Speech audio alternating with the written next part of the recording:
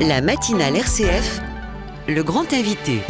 Pour beaucoup, la prison, la justice, c'est l'affaire des autres. Une affaire qui ne nous regarde pas, qui concerne en revanche les voyous, les racailles. Pourtant, comme l'écrivait le philosophe Michel Foucault, nul n'est sûr d'échapper à la prison. Alors peut-être faut-il commencer à s'y intéresser, comprendre, rencontrer des condamnés, les écouter. Bonjour Basile Debure. Bonjour. Vous êtes journaliste indépendant. Rencontrer les condamnés, c'est ce que vous avez fait durant plusieurs années, ce que vous faites encore en animant donc des ateliers d'éducation aux médias à laquelle assistent donc ces personnes condamnées dans le cadre d'un stage de travail d'intérêt général. Vous les avez ensuite suivis, ces personnes, et vous racontez tout cela, leur histoire, dans un livre Que le destin bascule, publié chez Flammarion. Tout d'abord, qu'avez-vous voulu découvrir en tissant ces liens avec les condamnés, en les rencontrant ? Oui, donc tout a commencé il y a 6 ans quand on m'a proposé de participer à ces stages, donc un stage de citoyenneté à destination de jeunes adultes sous main de justice, des personnes condamnées à une peine de travail d'intérêt général. Donc quand j'ai accepté de participer à ce stage, je dois dire que j'étais un peu inquiet à l'idée de me retrouver face à ceux qu'on appelle les délinquants. Surtout que c'est un stage qui s'inscrivait dans le plan de lutte contre la radicalisation qui a été lancé après les attentats de Charlie Hebdo. Donc j'étais d'autant plus inquiet et je me rendais compte que j'arrivais avec un certain nombre de préjugés à leur égard. Et je dois dire qu'année après année, stage après stage, ces garçons, les jeunes à qui j'ai eu affaire, ont déconstruit toutes les idées reçues que je pouvais me faire sur eux, à tel point que j'ai eu envie de raconter leur parcours, de suivre un peu leur trajectoire pour comprendre pourquoi est-ce qu'on tombe dans la petite délinquance, mais aussi comment on en sort. Et l'idée, c'était vraiment de rendre leur individualité à ces jeunes qu'on stigmatise en permanence, qu'on désigne en permanence comme une sorte de masse informe d'individus qui penseraient tous la même chose, qui se comporteraient de la même façon. Mais non, je voulais raconter leur vie pour comprendre qu'une vie ne se résume pas à un acte de délinquance. Et en même temps, réfléchir aussi à ce qu'ils avaient de commun, à essayer d'analyser les obstacles qui pouvaient se trouver sur leur parcours, pour comprendre ce que le rôle de notre société dans les trajectoires de délinquance, et pour que les lecteurs changent un peu de regard sur ce qu'on appelle les délinquants. Justement, avant de démarrer ces stages, vous décortiquez un petit peu tous vos a priori. Vous écrivez cette phrase: l'équation était claire dans ma tête, un délinquant, c'était un méchant.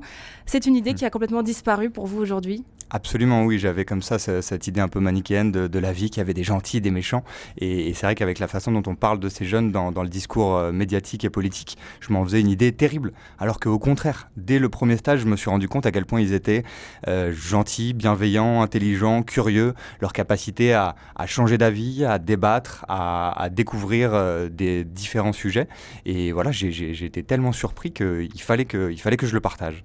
Et justement, est-ce qu'il y a une rencontre, une personne, un moment peut-être qui vous a particulièrement marqué ? Alors, il y en a eu des dizaines. Beaucoup. Je veux dire que la première semaine, donc c'est un stage qui dure une semaine, et le dernier jour, le vendredi, on fait un bilan de ce qui s'est passé. Et la première semaine, il y a un jeune homme qui est venu avec son réchaud, avec de la brioche, des œufs, et qui nous a dit qu'il allait nous faire du pain perdu pour tout le monde, parce qu'on s'était occupé de lui toute la semaine et qu'il voulait s'occuper de nous à son tour. Donc ça, c'est une histoire assez sympa. Il y en a des plus tristes aussi. Je me rappelle d'un jeune homme noir qui avait été en prison et qui me racontait qu'en prison, il avait vu énormément de personnes noires, ce qui est une réalité. On sait qu'il y a une surreprésentation des personnes non blanches en prison, on pourra y revenir tout à l'heure. Et ce garçon s'est mis à me dire qu'il pensait que ça devait être dans ses gènes, que c'était dans les gènes des personnes noires qu'il y avait une prédisposition à la délinquance. Et cette phrase m'a terrifié, parce que je me suis rendu compte qu'il avait intériorisé le stigmate, qu'à force d'entendre des choses terribles sur lui, sur les jeunes de quartiers populaires, sur les jeunes issus de l'immigration, il avait fini par y croire. Et vraiment, j'avais envie, en me lançant dans cette enquête, d'apporter les réponses pour pouvoir dire à ce jeune: non, ça n'est pas dans les gènes, il y a quelque chose dans notre société qui produit cette petite délinquance, dans un système judiciaire et pénal qui punit les pauvres, pour le dire simplement. C'est effectivement une réalité assez dure, à laquelle vous vous êtes confronté à travers cette rencontre. Le racisme, par exemple, lors de contrôles policiers, ça produit cette colère peut-être qui pousse à la délinquance ? Absolument. C'est vrai qu'il y a quelque chose d'implacable dans cette machine judiciaire qui commence avant tout dans le rapport à la police et dans le rapport au contrôle de police. Moi, c'est quelque chose que je leur raconte souvent quand je suis face à ces jeunes. Moi, j'ai jamais été contrôlé de ma vie. Je suis blanc, j'ai grandi dans le 5e arrondissement. Et ils sont choqués de l'apprendre d'ailleurs. Ils me croient pas. Ils font des grands yeux, ils me disent mais c'est pas possible pour ces jeunes qui sont contrôlés plusieurs fois par jour. Et surtout, je leur pose souvent la question: à quel âge est-ce que vous avez été contrôlé pour la première fois ? Et les réponses que j'ai sont hallucinantes. C'est 11 ans, 10 ans, 9 ans parfois.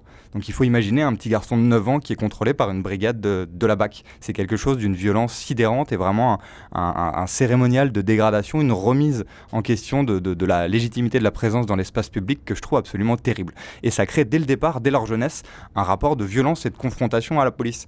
Et ça, c'est vraiment le point de départ de ces condamnations. Et effectivement, il y a un sentiment beaucoup de ressentiment et de défiance à l'égard de la police et du système judiciaire. Vous dites dans votre livre, je ne sais pas si nos ateliers d'éducation aux médias servaient vraiment à ces jeunes, mais une chose était sûre, j'étais celui qui apprenait le plus. Qu'est-ce que vous avez appris ? Alors déjà beaucoup de choses sur eux, comme je le disais, tous les préjugés que je pouvais avoir et qui ont été déconstruits, mais aussi beaucoup de choses sur notre justice. Sur le système. Et je voulais aussi mettre en avant les peines alternatives à l'incarcération. Cette peine de tige, de travail d'intérêt général, et montrer à quel point ces peines pouvaient être efficaces en comparaison à une prison en France aujourd'hui qui est dans un état déplorable et qui ne marche plus. Il y a une statistique qui est intéressante, c'est que pour les peines de prison inférieures à 5 ans, après une incarcération, il y a un taux de récidive de 60%. Après une peine de tige, de travaux d'intérêt général, on a un taux de récidive qui est de 30%. On divise par 2. Donc c'est la preuve vraiment que ces peines sont efficaces. Vous qui l'avez justement expérimenté, comment vous l'expliquez ? Parce que ce sont des peines individualisées, où on essaye de s'intéresser à la personne, de proposer un parcours de réinsertion qui soit adapté au parcours, à l'histoire, aux études, et que ça apporte quelque chose aux gens. J'ai un exemple qui est très marquant parmi les personnages que j'ai pu suivre.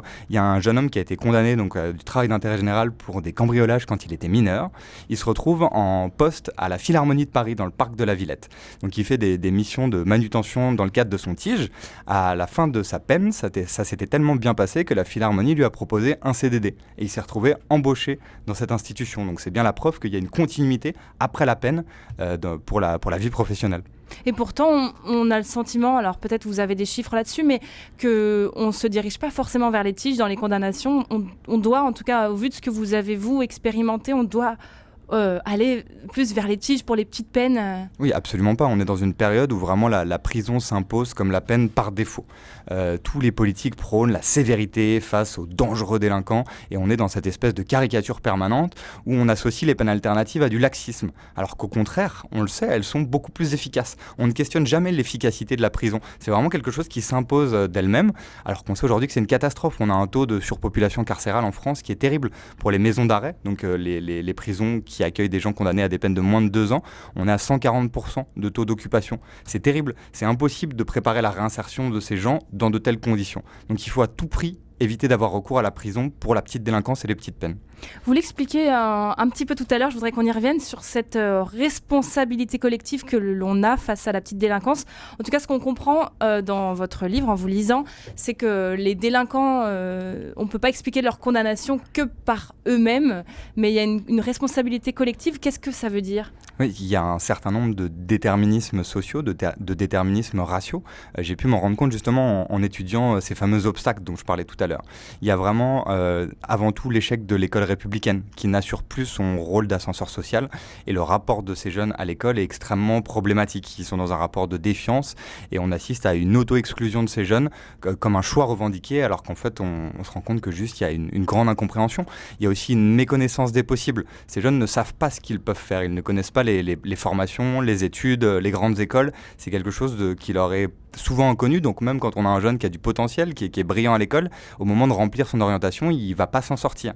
Il y a le rapport à la police dont je parlais tout à l'heure, il y a une forme de racisme extrêmement présente aussi dans notre société, il y a une absence de modèle dans certains métiers, ils ne se sentent pas représentés, c'est difficile de se projeter dans une identité quand dans les médias on ne voit que des journalistes blancs, que des avocats blancs, que des médecins blancs, il y a vraiment un grand problème de représentativité et tout ça, oui, ça amène à réduire leur champ des possibles au maximum. Difficile aussi d'envisager autre chose après cette condamnation. On sait que ça peut être un petit peu perçu. Justement, il y a des clichés qui sont véhiculés. On peut être un peu mis de côté en étant condamné. C'est très dur de passer à autre chose après une condamnation. On pense que tourner la page, ça peut se faire facilement, mais c'est extrêmement difficile. Il y a le poids du casier judiciaire. Quand on a un casier judiciaire, on n'a plus accès à un certain nombre de métiers. Les métiers de la sécurité, les métiers de l'éducation. Donc le champ des possibles, qui était déjà pas bien large, se réduit encore un peu plus. Il y a un sentiment de honte aussi, de honte sociale, où c'est difficile de revenir à une vie normale après une condamnation. Et de ça, pour les petites peines de prison, des mécanismes de désociabilisation terribles. terrible. Des jeunes qui parfois avaient un métier, un appartement, une copine, qui vont tout perdre après une incarcération. Donc ça aussi, c'est une raison de plus pour laquelle il faut essayer de l'éviter au maximum. Dans votre livre, dont je rappelle le titre, Que le destin bascule, c'est chez Flammarion, en fait, vous levez le voile un peu sur une réalité qu'on ne connaît pas. On constate aussi en entendant ce que vous dites qu'il y a une fracture entre deux pans de la société. Vous nous incitez en fait à regarder ce qui se passe de l'autre côté. Pourquoi la société ne s'y intéresse pas, à la prison, à la justice, à ces condamnés ? Alors déjà, une chose, c'est que ces jeunes ne sont pas très loin. Moi, je travaille avec le tribunal de Paris, donc ce sont des jeunes qui habitent à Paris. On se les représente souvent aussi comme des gens qui viennent de banlieue, qui sont un peu éloignés, mais non, ils sont au coin de la rue, dans des bâtiments qui côtoient ceux de la bourgeoisie parisienne, et ils sont vraiment pas très loin de nous. Et je pense qu'il y a vraiment le rôle de la représentation qu'on se fait d'eux dans le discours politico-médiatique. Il y a un problème de représentation dans les médias de ces jeunes. On ne parle de ces jeunes que justement de façon négative, après un fait divers ou ce genre de choses. Pareil dans le discours politique, dans la façon dont un Gérald Darmanin aujourd'hui combat les trafics de stupéfiants, c'est une question centrale aussi, et caricature complètement ce débat. Donc il faut qu'on s'intéresse à eux, qu'on comprenne ce qu'on a à gagner collectivement aussi en intégrant ces jeunes dans notre société.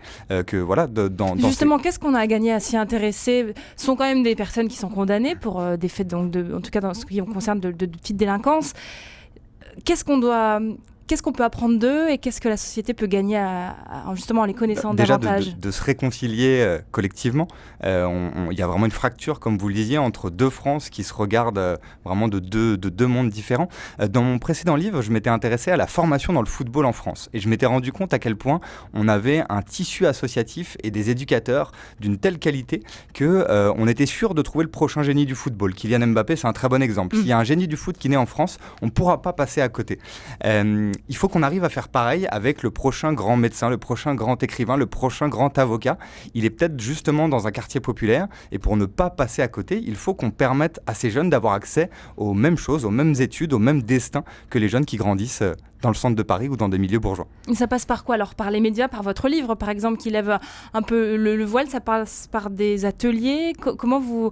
Comment vous imaginez justement un avenir avec une société un peu plus réconciliée ? Alors je n'ai pas la réponse, je ne suis pas homme politique et c'est vraiment à eux qu'il faut la poser. Ça passe par les politiques publiques. Oui, mais la première étape, c'est une prise de conscience collective. C'est ce que je veux provoquer avec ce livre. Qu'on change de regard sur ces jeunes, qu'on comprenne qu'aujourd'hui la justice est une machine à broyer qui punit les pauvres, pour le dire simplement, je le redis, et de sortir de ce schéma, pour justement pousser les politiques à changer de politique pénale et à essayer de proposer d'autres parcours à ces jeunes condamnés. Votre constat tout de même est assez sombre. Votre dernière partie de votre livre en témoigne, vous l'avez appelé « Tout le monde s'en fout ». C'est un constat qui est assez clair. Est-ce que vous avez quand même de l'espoir pour qu'on change de méthode, qu'on prenne un virage, qu'on s'intéresse à l'autre, justement ? C'est vrai que oui, j'ai appelé ça « Tout le monde s'en fout » parce que c'est ce que je raconte dans le livre. La prison est complètement sortie de notre imaginaire collectif. On pense que ça concerne les autres, qu'on n'est absolument pas concerné par la prison. Il y a beaucoup de fantasmes aussi sur la prison. On entend parler de Club Med par certains hommes politiques. Alors ça, il faut le dire clairement, c'est une légende. La prison, c'est terrible. C'est un enfer. La prison, c'est une horreur. C'est ce que tous les juges que j'ai rencontrés et qui travaillent avec des prisonniers m'ont raconté. Et il y a beaucoup de représentations dans l'image qui est véhiculée par la prison. On sait qu'on parle des détenus qui postent des stories sur les réseaux sociaux où ils seraient en train de se la couler douce. Là, on est dans les représentations. Ces jeunes ne peuvent pas dire qu'ils vivent un enfer en prison. Ils doivent montrer aux copains du quartier, à la famille, que tout va bien, mais c'est un jeu de dupes. Quand ils sont dans le bureau des juges qui les suivent, ces jeunes fondent en larmes et expliquent à quel point c'est terrible, qu'ils n'ont pas dormi depuis 6 mois, qu'ils ont peur de leurs co-détenus, qu'ils ont peur d'aller à la douche. La prison, c'est un enfer. Et ce qu'on voit sur les réseaux sociaux, ce sont simplement des représentations. Et il y a une instrumentalisation, encore une fois, des politiques. Ce qui s'est passé cet été avec Colantes, c'était absolument ridicule. Oui, il faut qu'il y ait... Je rappelle le karting dans la prison de Fresnes, cette activité qui avait un peu déchaîné les passions. Absolument, absolument. Et ça, il faut le dire, il faut aussi qu'il y ait des moments comme ça dans un moment d'incarcération. Il faut, pour que des personnes puissent se réinsérer, pour justement s'attaquer à ce ressentiment, il faut aussi que les détenus vivent des moments sympathiques, des moments agréables. Rien ne dit dans la loi que la prison doit être une torture, que la prison doit être une souffrance. Ça n'existe pas.